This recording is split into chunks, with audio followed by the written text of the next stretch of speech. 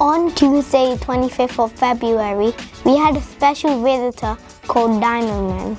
And we felt fossils and we learned about dinosaurs. On Tuesday, we made fossils out of mold and plaster of Paris.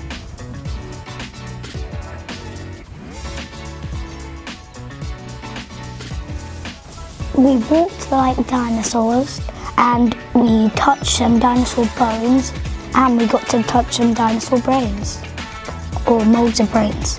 We got to ride on a robot dinosaur and take photos.